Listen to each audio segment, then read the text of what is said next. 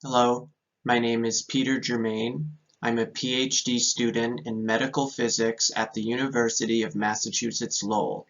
Today I'm going to present the project Validation of a Handheld Optical Polarization Imager for Basal Cell Carcinoma Detection. Basal cell carcinoma treatment presents a significant clinical challenge for the healthcare system.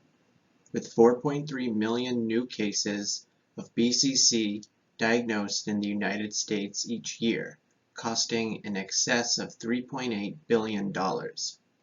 Most dermatologic surgeons rely on visual assessments to identify BCC tumor boundaries, with the corresponding error rate of 30 to 60%.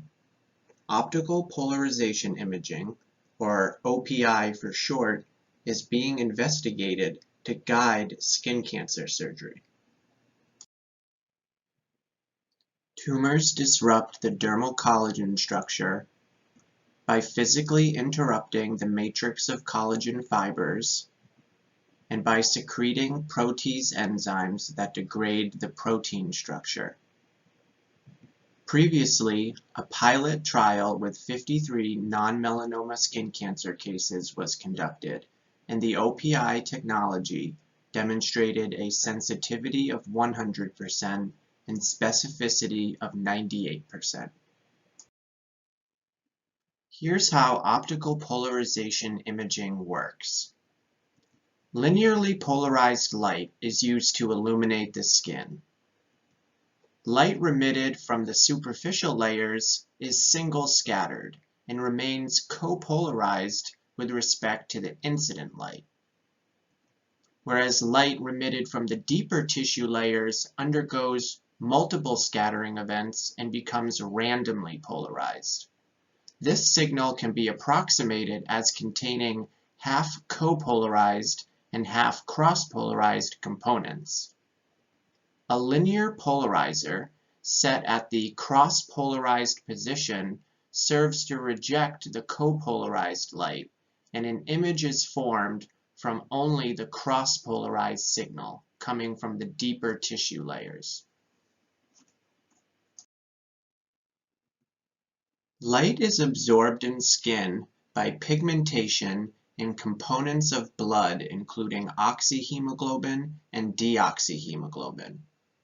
Absorption can mimic the low signal associated with collagen disruption and the presence of tumor in 440 nanometer cross-polarized reflectance images. In order to circumvent this challenge, images can be encoded using spectrally dependent properties of melanin and hemoglobin to exclude the impact of uneven pigmentation and vascularization. The aim of this study was to design a new handheld optical polarization imager for skin cancer margin delineation. Compared to the old device, we aim to reduce size, reduce weight, and increase the field of view. The new PCO Pixelfly camera reduces the size and weight of the OPI device. The new camera has a mass of 0.250 kilograms compared to 0.703 kilograms for the previous camera. Using the PCO Pixelfly increases the field of view, providing the capability to image larger sized lesions. In the new camera, the field of view is 32 by 23 millimeters squared, whereas that of the old camera is 22 by 16 millimeters squared. Imaging a resolution target confirmed that the lateral resolution was preserved at 12 microns. The handheld imager also includes a modified spacer design. Here you can see two pictures of the imaging system's side by side. On the left is the old device, mounted to an articulating arm. On the right is the new device, which is handheld, allowing easier imaging on different regions of the body. To evaluate the handheld device, subjects with biopsy-confirmed basal cell carcinoma were imaged at the University of Massachusetts Memorial Medical Center. The in vivo optical images were acquired in less than 1 second, while the entire imaging procedure required less than 5 minutes per subject.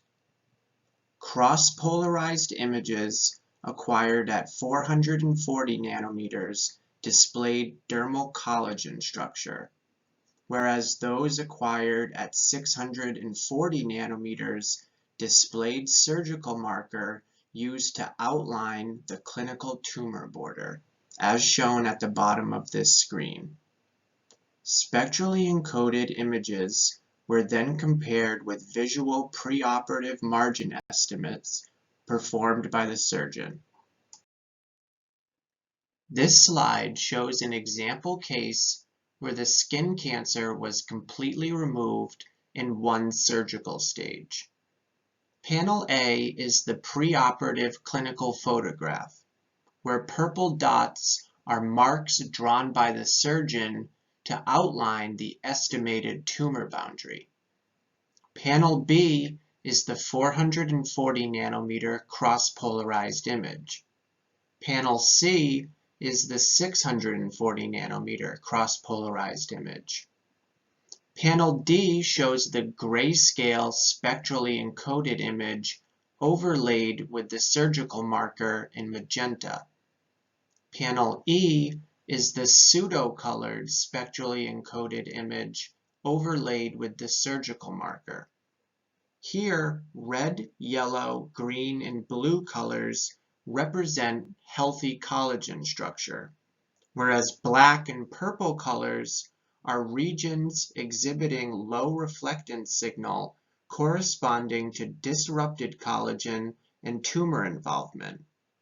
The image shows that the lesion is confined inside the surgeon's marker, which is in agreement with the intraoperative Mohs map presented in panel F. This slide shows an example case that required 2 surgical stages to completely remove the lesion. Panel A shows the preoperative clinical photograph. Panel B and C show the 440 nanometer and 640 nanometer cross-polarized images, respectively. Panel D is the grayscale spectrally encoded image overlaid with surgical marker. Panel E is the pseudo-colored spectrally encoded image overlaid with surgical marker. The image shows tumor extension beyond the clinical border of the excision, outlined in dashed black lines, in regions matching the positive margins indicated on the intraoperative Mohs map shown in green. The handheld OPI device enabled rapid imaging of collagen structure. 10 subjects, including 8 men and 2 women between 60 to 83 years old, were imaged using the device. In total, 10 basal cell carcinoma lesions were analyzed, and margin determinations obtained from optical imaging correlated with histopathology in all the cases. To summarize, a handheld optical polarization imaging device was successfully designed and implemented to improve upon previous versions of the OPI technology. Clinical testing demonstrated the need to improve the prototype for easier positioning. Future directions for the technology include improving flexibility of positioning hardware and transitioning to LED illumination. I would like to thank Dr. Anna Yaroslavsky, the director of the Advanced Biophotonics Laboratory at UMass Lowell, along with graduate students Tyler Irizzo and Androniki Mitru. I would also like to thank Dr. Basil Mahmood, Dr. Mary Maloney, and Dr. Dory Goldberg of the Department of Dermatology at UMass Medical School. Funding provided by the UMass Medical Device Development Center is gratefully acknowledged.